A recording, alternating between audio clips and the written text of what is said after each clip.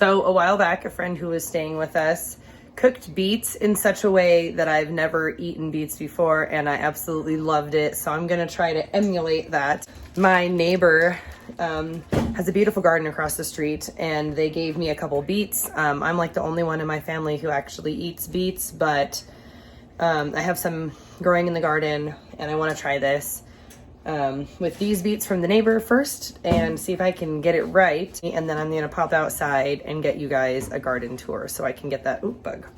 So I can get that up. Oh, lady. You're the garden tour lady? So yeah, I'm gonna get started.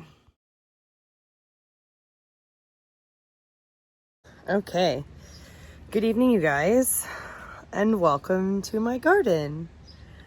I'm Quincy, for those of you who don't know. My family and I have kind of a mini urban homestead on 1/4 of an acre in Rapid City, South Dakota, which is zone 5. I feel like I always start with my green stalks, so I might as well keep with tradition and show them to you guys. So this is the green stalk original, which is the 10-inch deep pockets. And then this one over here is the green stalk leaf planter with the 7-inch deep pockets. So that one is 5-tiered. This one is 7-tiered. I have just packed these full of all kinds of things. So you can see just from this side, we've got a borage plant, a cucamelon that's climbing up one of the last peas that I left up there. There's a zinnia right here.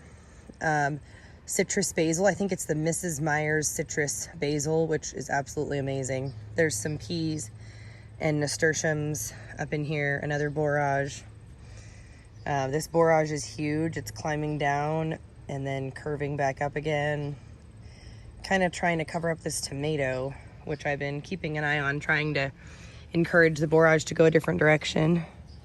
It looks like one of my kids have been by and been abusing this tomato plant.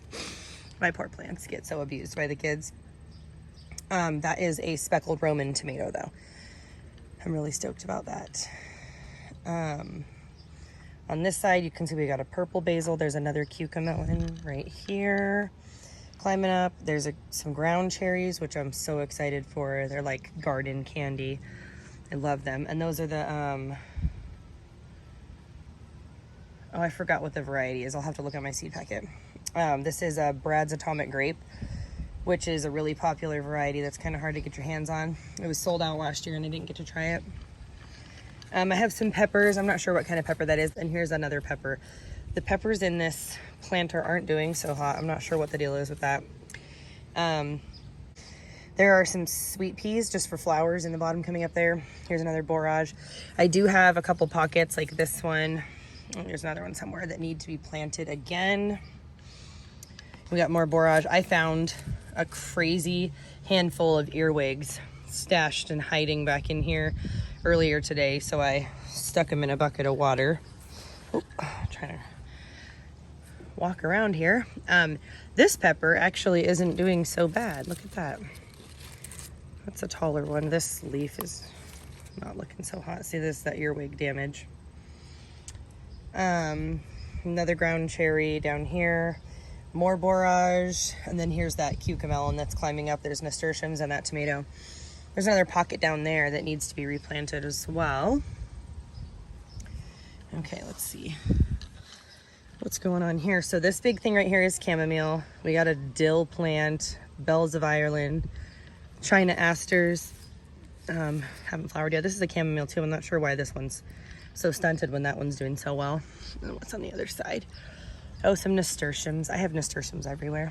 And then root veggies. I have actually already been harvesting radishes out of here, which is fun. I have some in the fridge.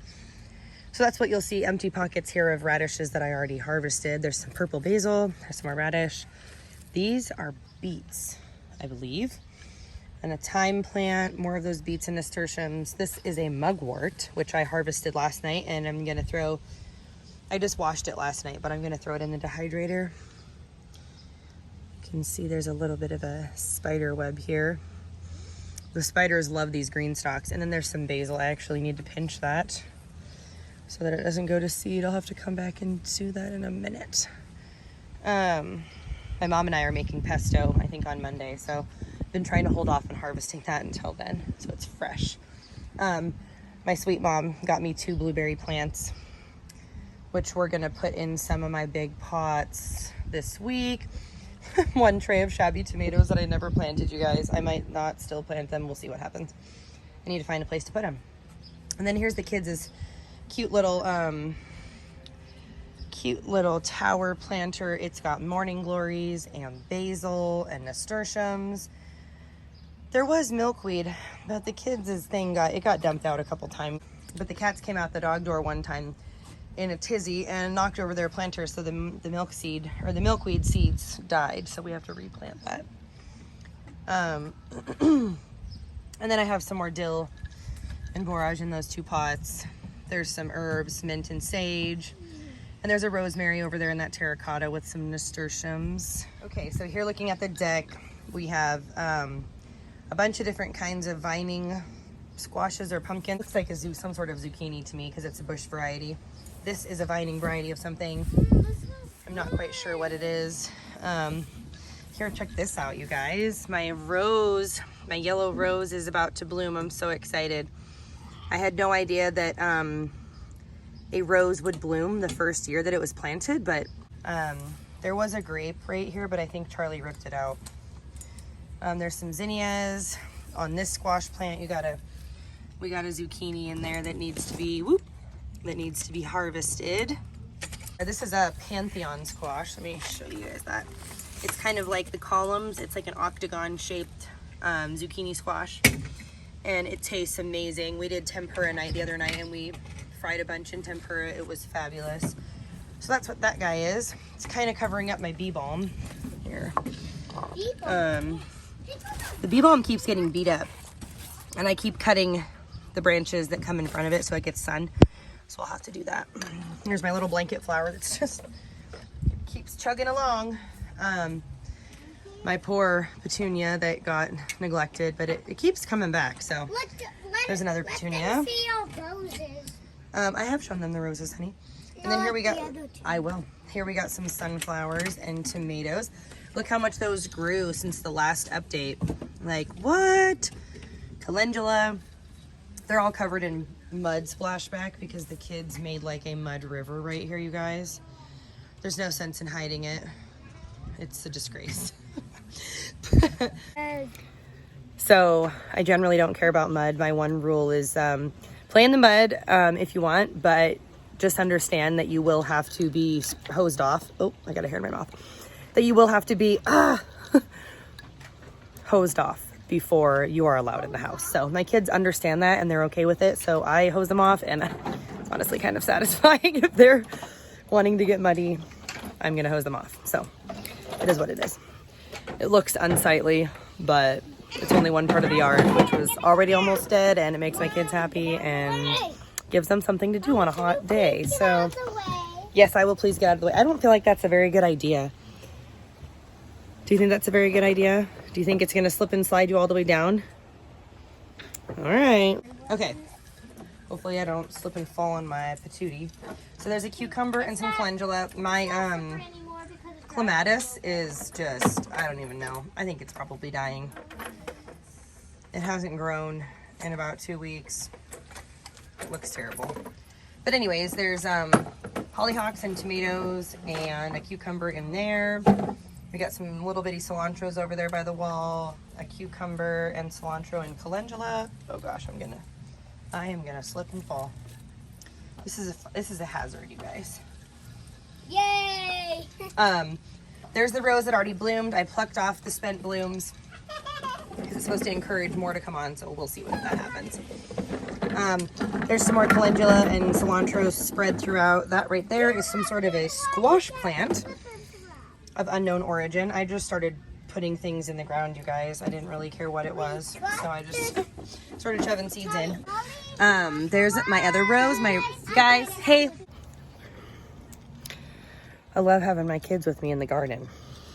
It's just really hard to film a garden update when they're all circling around, getting excited and playing, and so I had to kindly redirect them to go back in the house. Okay. Here we go. See if we can get the, get the dirt off my face. See if we can get this done here. Here's a tomato. I'm doing an experiment because I've heard that you shouldn't plant tomatoes and potatoes nightshades next to each other. And I thought it would be an interesting thing to just give it a shot. It looks like some of the kids have gotten a little crazy with the tomato clips. Tomato with some basil. This actually, I came home and this was actually split, but I propped it up so that it could try to heal itself. Seems to be doing pretty good. Tomatoes are so forgiving. Here comes the part of the video where I ask for help.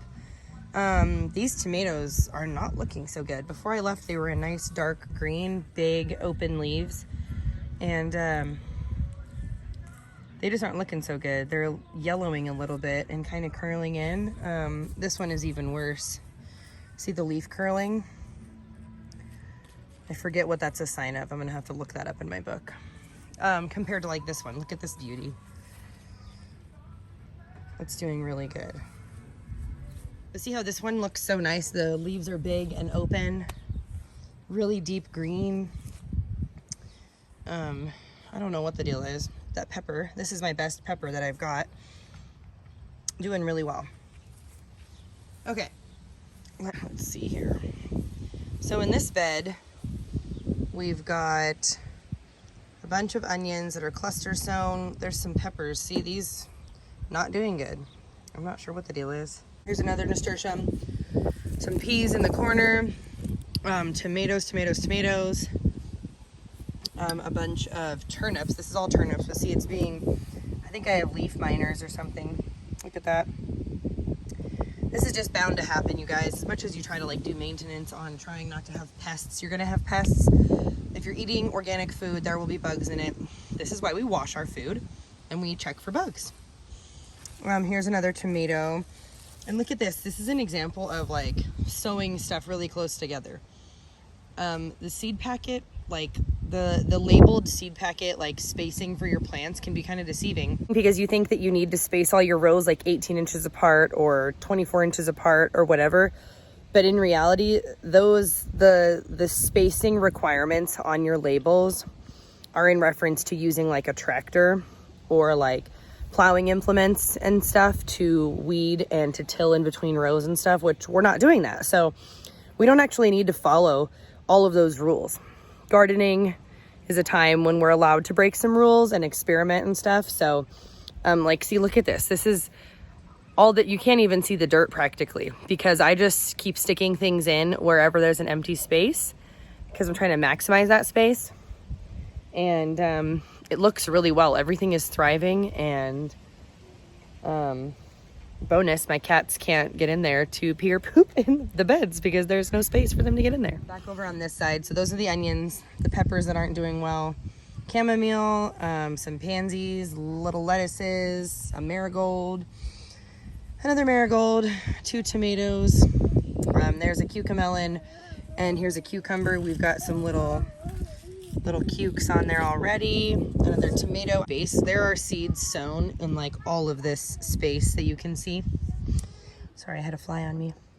I had to look down to make sure it wasn't a daddy long leg. Earlier today I had in my mind, a massive daddy long leg crawling up my leg. I'm sure it probably didn't seem massive to like a lot of other people. It probably wouldn't have, but coming from a place where like I saw a daddy long legs like on a rare occasion, like I think I saw 1 or 2 my whole like 20 something years living in Central Oregon. So they're all over the place out here. They're everywhere. And so I have to get used to that. I'm pretty good about creepy corrales because I've been gardening for several years. So I'm not as scared as I would be, but man, there are a lot of bugs here. So as I was saying, I have sown all sorts of seeds in these empty spaces that hopefully will come up. And as I've said in previous videos, I always sow more than I need because stuff is going to fail, it's going to die, or it won't germinate or something. So I always heavily sow stuff because I want to make sure that something actually comes up. Here's that other bed where I was talking about the turnips and the bugs and stuff. There are, I'll show you guys. So there is a bunch of tomatoes. There's this Swiss chard. Look how beautiful this Swiss chard looks, you guys. I love the colors. It's Gardening is like artistic, you guys. The plants are art, I swear. I love it. I'm continually, as Jessica Soward says, continually getting wooed by the garden. Like, it's always doing things to draw you in and like catch your attention like this. How does that not just like strike you as beautiful? The coloring and everything, it's just awesome. Here's some more mugwort that I got to harvest, more tomatoes and turnips. Swiss chard. This is all beets. We got some wonderful beets coming in here. I've never really tried yellow beets. I hear they don't taste as good as red beets, but you know, we're gonna see what happens. Another tomato, which keeps just falling over. Broke a branch off there. And then look at this tomatillo, you guys. It just went like crazy while I was gone. It just blew up. It is jamming. Oh, these flies are just driving me crazy. Look at it. It is jamming. And my whole like climb over the edge of the raised bed situation and just let it hang, it's working out. It's so working out. You get another shot of it from this side. It's beautiful. I love the tomatillos. They're so pretty. There's a bunch of scarlet runner beans stashed in here somewhere. They're kind of climbing on the thing. I planned on getting a trellis set up, but guys, I just haven't. It's been too crazy. In succession of potatoes. These are Kariba. Yes, Kariba. My other potatoes, like I said, are over there. This is my second succession. I have a third succession of red Adirondack that I'm going to do in a couple weeks in another one of my cloth pots because those are fabulous. You've got some beans. They found their way back out. They found their way back out. Good. I'm glad. See, here's another tomatillo. Look at. I'm saying that to our subscribers. Our green beans are going crazy this year. They're awesome, huh? Yeah. We love green beans. What? I'm filming you. Flip it over like. Wants to show it like this to see herself. Oh, honey, let's not get him out of there, please. Oh, look what's happened. Sometimes gardening with kids is really cute, like this. These are really super cute, and sometimes gardening with kids is super not cute, like this. He's still cute. I'm just kidding. Come here, honey. Patience, y'all. Patience is a virtue in the garden with children. Yeah, no, I don't want you climbing in there like that. That's not nice to my plants. That's not nice to my plants. I'm going to drop down. No, you can go down over here, and Murphy will get you one. Nope, we're not going to climb in it. Murph, get off the edge because we're setting an example for him. There, she's got one for you. Okay, so here is this. We've got a kid climbing out the dog door. We're never bored, you guys. We are never bored. There's always entertainment. Look at that other. This is the biggest tomatillo. Look at how huge it is. It's already starting to form little baby tomatillos. We got a bunch of onions in there too. We've been harvesting, as you just saw the kids getting in here. Harvesting them, they're just going crazy. Another example of sewing things in like super tight, you guys. I probably did it way too tight, but they are thriving. They're doing really good, and the borage looks awesome. They're pushing over the zinnias, so that's kind of not desirable. But the beans are going to be done here soon, anyways. Look at these okras. Tons of little baby okras coming on. Okra blooms are so pretty. I'll make sure that I show you guys a picture of them. What's up, kiddo? And then this, I think, is a sunflower. This whole bed is just like greens. There's a tomatillo that's kind of crawling through here. The sorrel. I haven't really been eating the sorrel, honestly. I've been feeding a lot of it to the rabbit. It's still really good. This is good. All this going to seed is mustard. This is going to be the first thing that I pull out of this bed here soon. I was thinking I should pull it out this week because you can... I think they're mature enough to where the seed could be harvestable. And look at this thing. That's some sorrel seed. And Swiss chard. Tons of cilantro that's starting to go to seed. There's more sorrel down in there. I don't know where the red sorrel is. Oh, there it is. It's getting so overgrown. Look how beautiful that is.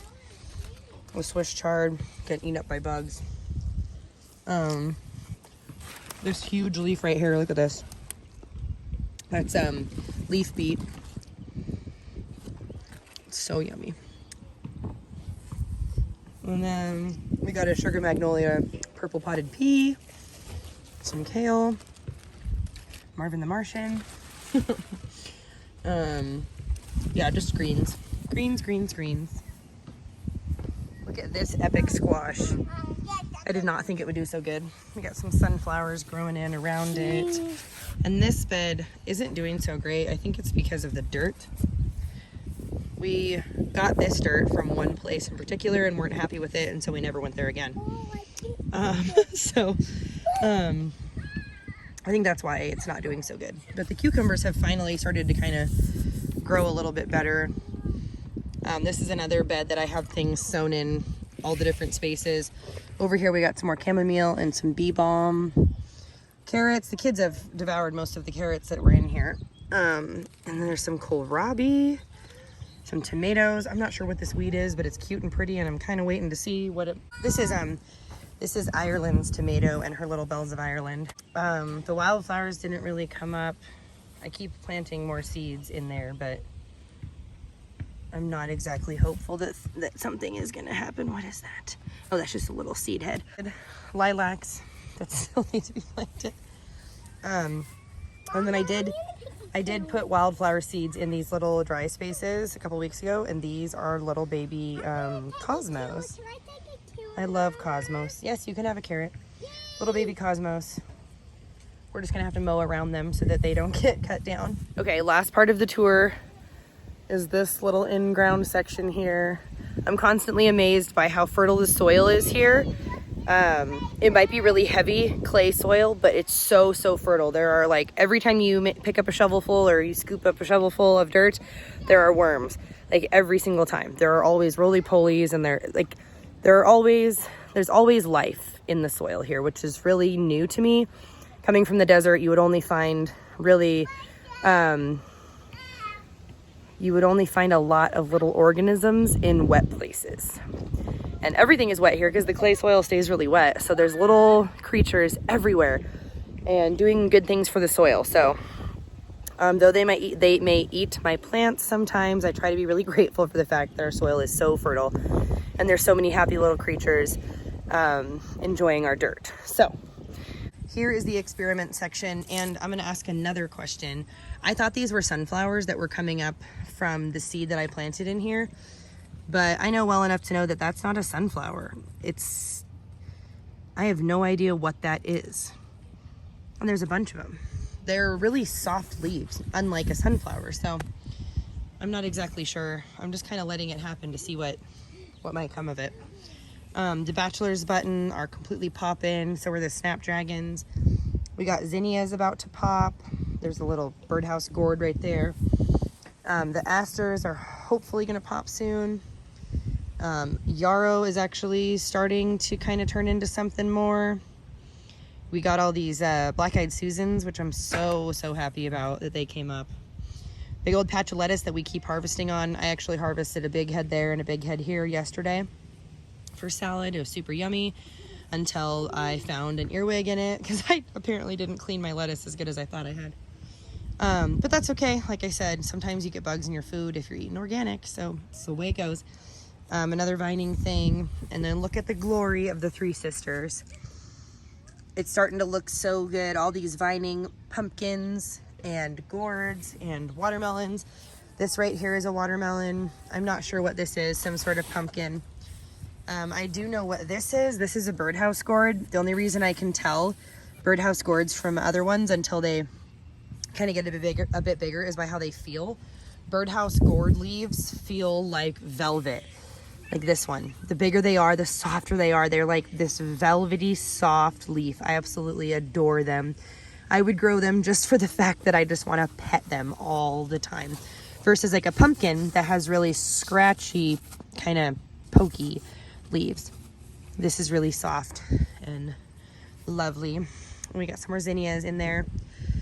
These are all the popcorn varieties that I planted first. And then when I saw there were patches that didn't, that weren't viable, that didn't come up, I planted in some other sweet corn varieties around them. So they'll be at different times, which is what it is. I've also added in pole beans here and there and some bush beans throughout to kind of add some more nitrogen to the soil, because that's how the Three Sisters works. For those of you that don't know, the Three Sisters garden is corn, pole beans, and vining pumpkins and squashes and such like that. The corn acts as a trellis for the beans. Corn is also a very heavy nitrogen feeder, and beans are legumes, are one plant that can actually like sequester carbon from the atmosphere and turn it in and like actually use it. They have these little things, these little nodules that grow on their roots that actually allow them to absorb nitrogen from the air and make it usable in the soil, which is like mind-blowing to me. But so they feed the corn.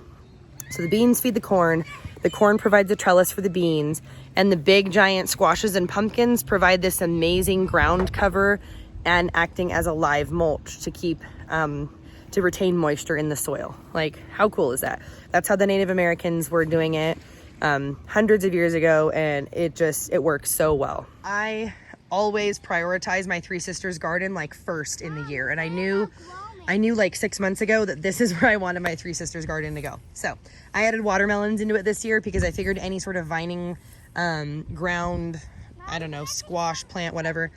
Yes, you can have some mint. That's also our raspberry from back in Oregon, one of the only plants that survived, and we've actually gotten a couple berries off of it. And then here's my orach. I harvest this twice a day for the rabbit, and it just keeps going crazy. The more I harvest, the stronger it comes on. I'm absolutely amazed by it. I plan on keeping it going as long as I can, then letting it go to seed, and then I will harvest all of the greens that I can and freeze them and use them as I would spinach, because it's a perennial spinach. And then here is the tomatoes. In the last video update, you could barely see them because they were so scrawny and unhealthy. And now look at them, you guys. I am so stoked. Daiquiri Binks. Look at these beautiful tomato plants. I also have sown marigolds and zinnias and carrots in between both the rows, because as you can see, there's 2 rows in each row going up like this, and then 2 rows going up like this, and then there's carrots and zinnias and marigolds all sown in between. So there you have it. Garden tour, I think number 3 is done. I'm so excited about it. I'm gonna hopefully try to be doing this every Sunday. I keep telling myself that I need to pick a specific day to be doing garden tours, and I think I'm gonna start doing that. So Sunday is a good day. It's Seed Sunday. It's a great time to be recording and keeping track of garden growth, and the garden is going to start making huge sprints in growth. I can't wait to show you guys. And that is all, and we will see you guys out there. Okay, so I completely spaced out coming and showing you guys this last night when I was recording the garden tour. So I figured I'd show you right now. This is the side of our garage. There was our seeds from my sunflowers last year. They're either Mongolian giants or what's the other big one? I want to say Titan sunflowers, but hopefully they'll get really big. The bugs are really destroying them kind of, so hoping we can keep that from happening. I have more seeds I'm going to sow in between the gaps also. There's a little chamomile right here. And then I stuck these tomatoes in here a couple weeks ago, and they're looking great. I have just recently sown more bush beans and squash pumpkin vining things down in here. More sunflowers. There's some zinnias right here behind the sprinkler. There's some zinnias right down in here. More sunflowers. And then I threw a bunch of mustard seed and some rutabaga seeds down in here and just kind of letting it do its thing. It would be my desire. This is a Russian sage that I've been kind of bringing back to life. But it would be my desire to have this be like a pollinator paradise. Get it nice and alive for the pollinators. You have to stand up. Stand up. This is my sister Dublin's style. Look at my style too. Isn't it awesome?